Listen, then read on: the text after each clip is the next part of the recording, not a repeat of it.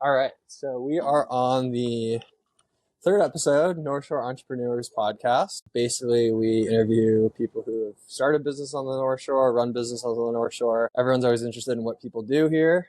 So that's kind of the point of the podcast. So yeah, quick intro. Here with Jess. Business is Kraus Mobile Detailing. That's right. So we'll get into what that is. For me, this is an interesting one because I follow a lot of these people online who are like basically trying to get people to either buy businesses or start businesses. Mm-hmm. And on the top 10 list, a lot of times I see mobile detailing as one of them. I see laundromats, I see landscaping businesses. So we'll get into why you started it, but I guess that is interesting from my standpoint. I also had a side hustle in San Francisco of a power washing business. So I guess we can talk about that too. So yeah, I guess let's just start off. What is the business? What type of services do you provide? Just give us a high level overview and then we'll go from there.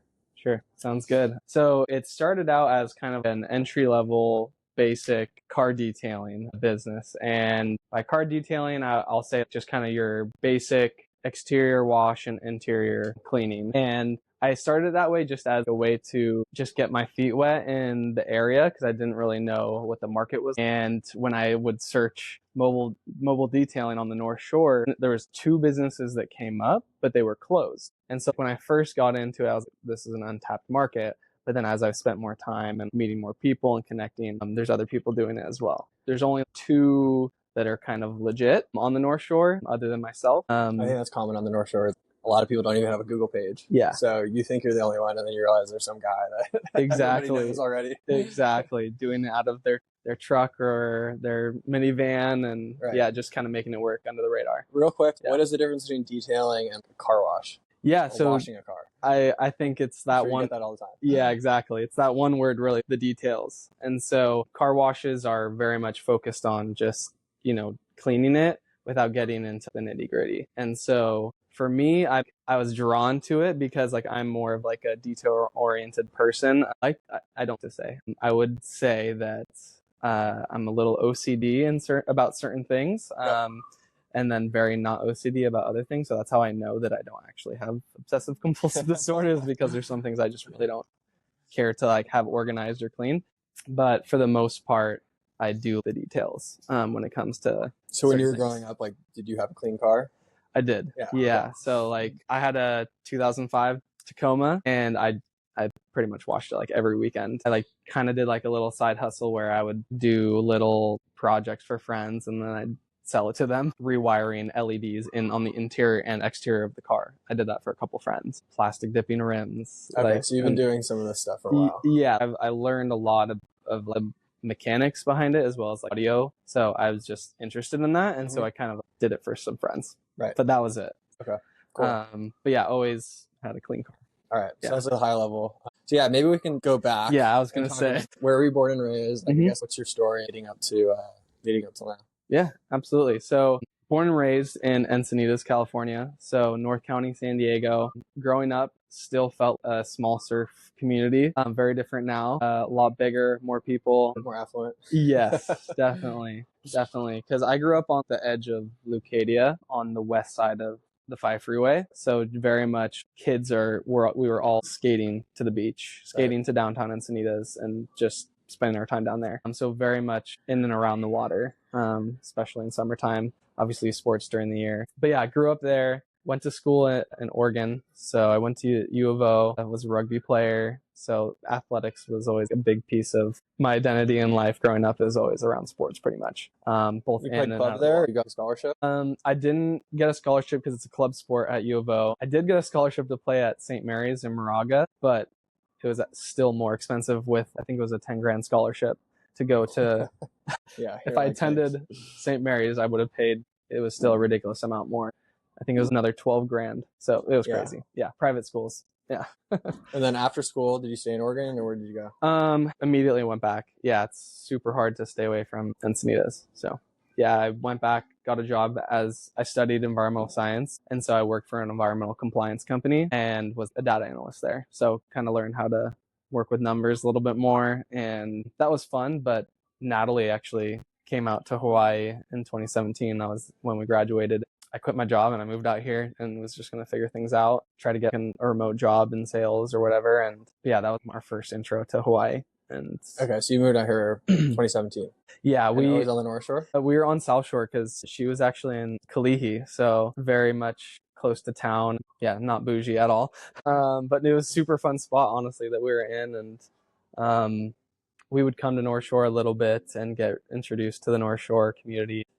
Yeah, some seeds were planted there. And yeah, right. We bounced back and forth between San Diego and there for a little bit, just while we were figuring some things out. We got married back in San Diego, 2019. And then it was like right after the pandemic that we finally came back out here full time. Yep. Okay. Yeah. So you're Sunset Beach area. Mm-hmm. And were you doing anything business wise before you started this, like on the North Shore? Dabbled in a few things, but mostly just helping Natalie with her businesses and like being in and around that. Like she's up next on the podcast, yeah. So we'll get to her story. Yeah. She'll have some good insights for sure to share. Cool. Yeah, okay, cool. So then like, I guess when did, I'm sure you were thinking a lot, like what type of business should I start? Yeah. So like, I guess like, what was that process for you? Yeah, it's a lot of like, what do I enjoy doing? Like, what do I want to spend my time working on? It's a privilege to be able to like say that you work on something that you like. I feel like there's like a lot of people, maybe in the older generations. I'm like part of a big family. My mom's one of 9, and so lots of aunts and uncles always giving opinions and giving their 2 cents. Yeah, I feel like a lot of them and the conversations that I had with them about them and their careers, not a lot of them were stoked on what they did for work. Yeah. It was kind of just, you just kind of got to get through it. And so that kind of led, okay, I don't want to do that. Yeah, my dad was an attorney, I thought about being an attorney. He's like, don't be an attorney. Yeah. Quick sidebar, my cousins were both attorneys, environmental lawyer and a civil lawyer, and they both quit their jobs because they're over it, and they moved to Oregon and are now farmers.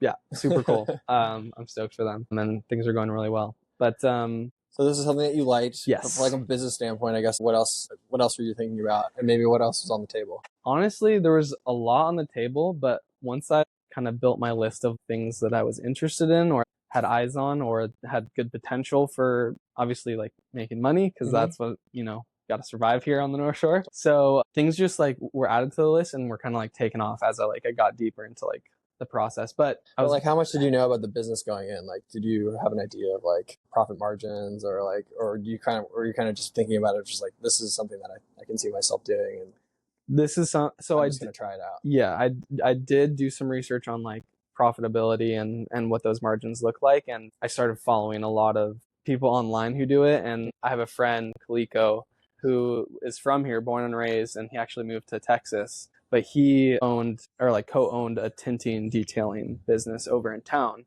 And so he kind of gave me some insights on what it's like out here on the island, and, people care about their cars. And so it's a good business where there's constant influx of customers, and people, are constantly coming back to you, right? Because it's not a product that you can just deliver once. It's something that you can do continually. Right.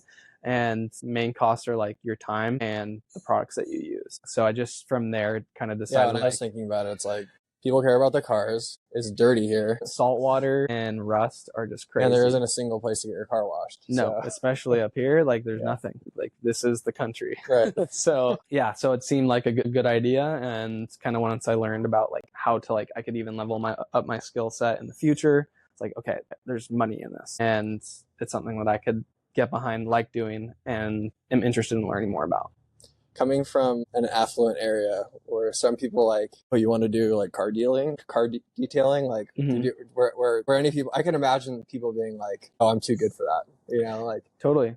Was there any of that from like people or family or whatever? Honestly, no, I haven't gotten too much of that. Most of like my uncles that I'm pretty close with are all like, well, that's hard work. So that's like the extent of the comments that I've gotten.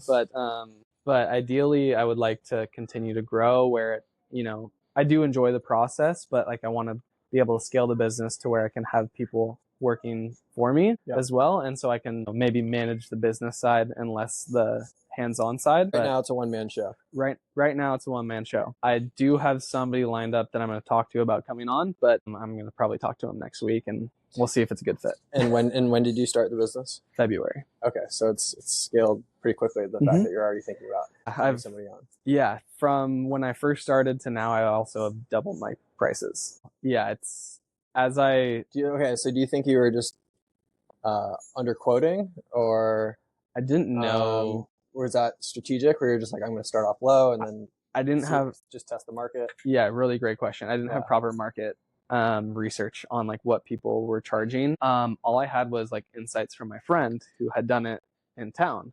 And so because in town there's so many more people that are doing detailing, it's more competitive, so prices drop, right? And so in terms on North Shore, the biggest guy here, he's charging double what I charge. Like his starting lowest tier is double what I charge right now. And so that, and like for people listening, like what are like package like prices? Yeah, so for like a full detail, like inside and out, my prices are like for a sedan, a small car is $250.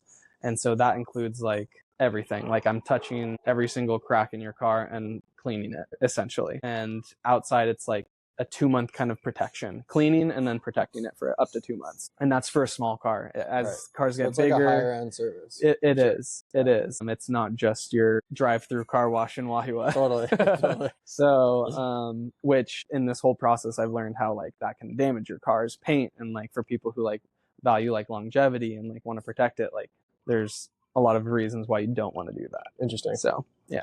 Okay.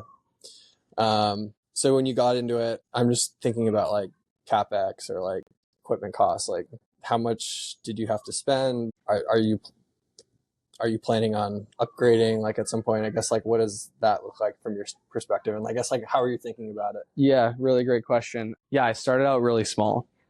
Just because I wanted to be cautious with what I was starting. Because I think there's a lot of people who are like, I'm going to get this pimped out van, I'm going to spend $100K, or I'm going to franchise some other business on the mainland that's already doing it, and they spend all this money. But it sounds like you were leaner. I wanted to be super lean. Wasn't fully sure that I would like it as much as I do, and so I just wanted to not necessarily like having one foot in, one foot out, but just like being cautious. Yeah. I've been more lackadaisical with other investments that I've made, and so I've learned my lesson that if this is something that's going to work out, it's totally fine to start slow and then ramp up. Yep. So I started out with like $1,000 of buying equipment and doing it out of the car that we had, and have slowly ramped up to now I probably have like $3,000 worth of equipment and product, and I now lease a truck to run everything out of. So cool. Yeah. And is the idea that better equipment equals speed from your perspective, and then also higher quality? Or it's a little bit of both. Better products help me just deliver better results, and then better tools help me do things in a more efficient way. So I didn't have like an air compressor, pressure washer, special like drill brushes, stuff like that. I didn't have that at first. Now I have it. I still have a wish list of like things that would I'm sure make it even more of a luxury to have. But yeah, it's just kind of been a process. As I've seen growth, I've like added things to my toolkit. That makes sense. Yeah. Pricing strategy. Do you price everything up front? Is it hourly? And then also, how do you think about like loyalty and like recurring customers? Yeah, so there's a lot of growth that I have planned. I'm going to offer lower tier memberships, and then I'm also going to start expanding into like higher end services like ceramic coatings, higher end paint corrections, just to have higher ticket items as well as lower ticket items, so I can kind of bring in more people, because not everybody wants to drop $250 or more on a detail. There's somebody who might want to do that once and then just have it maintained. I'm a perfect example. I'm leasing my car. I got to give it back in a couple months. So I need to like pimp it out one time. Exactly. And it's actually like when I was first starting, a lot of people who wanted to get their cars detailed are people who are like trading it in or wanting to sell it or and then get something else. Exactly. So having like a lower level subscription is kind of what I want. So I can also kind of lock in some recurring revenue that's not the higher tier stuff. That makes sense. Yeah. So I'm assuming all of your customers are locals, or do you also see like other customers? What do you mean by locals? People who live here. Yeah. Yes. Yeah, 100%. There was one person who reached out that was leaving. They were here on vacation. They had a rental car, and I guess they trashed it. But I was fully booked, so it's like I can't help them in the time span that they had. They're like, sense. I need the next 3 hours. I need this car detailed because I got to return it. I was like, sorry, I can't help you. How did like I'm just curious, how did you like learn how to do this? Like the detailing, or like the actual like detailing of a car? I mean, YouTube University is like the key for everything. Yeah. And AI is huge. So I chat everything. If there's something I don't know, I've always like expanded by doing that. I compared all of the ceramic, like, so right now I'm about to start adding ceramic coatings. Basically took a huge list of different ceramic products and ask chat, like, what are the differences? Give it to me in like a most efficient way possible. There's so many products on the market, and what are all these different types of acid? Like, do I need them? Are they important to like the detail? Is it going to make my life easier? Screw up a car. Oh, absolutely. That is the biggest risk, is damaging somebody's car. Obviously, I'm insured and I have things to protect myself. But like, I did make sure to like get good education and like get multiple sources, ask my friend from his advice and like what he recommends. So I've tried to do my due diligence and like being prepared, but there's always that risk that you can mess something up. And there was this guy actually over here near Weed Circle. I did his truck, and it was a 2013 Tacoma, and the paint on that truck is just very thin. For that year, they specifically just used kind of like a very thin paint, but I would have had no idea if I didn't talk to my friend about it. And so he kind of recommended that I dive deeper into kind of like the different paints that manufacturers use. And so it's just like, if I didn't know, and he wanted me to polish his paint because it had all of the North Shore brown on it. So it wasn't white, it was brown. And so to clean that up, I definitely needed to do a paint correction. And if I didn't know about the quality of the paint that was on that truck, I could have burned through it and gone straight to metal. Right. So yeah, you definitely have to be careful. But yeah, just going through YouTube, learning from friends. That's how I have kind of being scrappy, been able to learn and kind of not make scary mistakes. Yeah. Yeah. When I was doing power washing as a side hustle, I was like quoting people over the phone based off of like Google Maps. Okay. And one of the proproperties, I quoted them. It looked like it was like a 2-story house. When I got there, it was like 3.5 stories. And it was like way over my head. Okay. Have you ever like whiffed on pricing and just like learned your lesson on that? I'm just curious from that perspective. Yeah, 100%. Yeah, I have quoted people and shortchanged myself less than 5 times, but definitely more than 3. But I kind of just bite the bullet and just had the mindset of, my goal is just to over deliver, give them as much value as I possibly can, and then hopefully they come back in the future and I can, be upfront, like, hey, I undercharged you. This was a bigger project, but I didn't want to come to you and say, hey, just kidding. Like, I'm actually going to charge you XYZ for this project, and I'm already at their house and showed up. So I've learned to like be more forward with people up front. Like if I'm quoting somebody on the phone and say, hey, my prices start at. And so that way, when I show up and I see like the condition of the car, I'm like, hey, like for this reason and this reason, I think I need to charge this amount.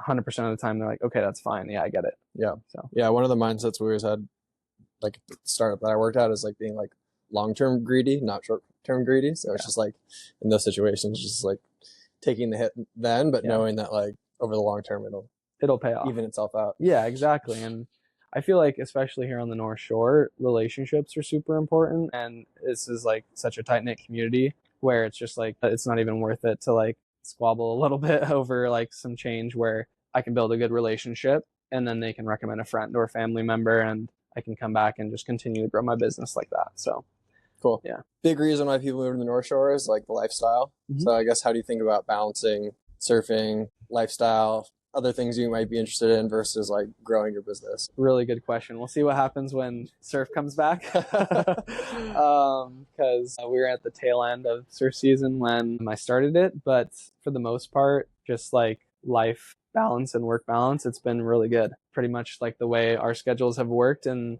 it's kind of been like me on baby duty, like with Luna in the morning time. And then I always have a detail scheduled in the evening. Saturdays, like today, I had a detail this morning because it's the weekend and Natalie's like got her time off. So we've kind of been splitting baby duty a little bit. But like as she like gets older, she's gonna go to preschool. Surf's coming back. It'll be interesting to kind of like see how that goes. But for the most part, like I would like to keep my schedule of like free mornings and then working in the afternoon. So that way I can surf. I can spend that is time the with nice thing Luna. about your business is like, as long as it's light outside, right? It's all I need. I am going to start, if I'm like booking more paint corrections, I will be bringing lights around with me, just so I can make sure I'm delivering like top quality. But yeah, for the most part, if I got light, then I can do work. So I think that's like the ideal schedule. The more I've worked over the years, I've realized like schedule for me is like so important. So important. Like it makes such a big difference in your like day-to-day quality of life. It does. And like having like a routine too is, and like getting dialed in on that is so important.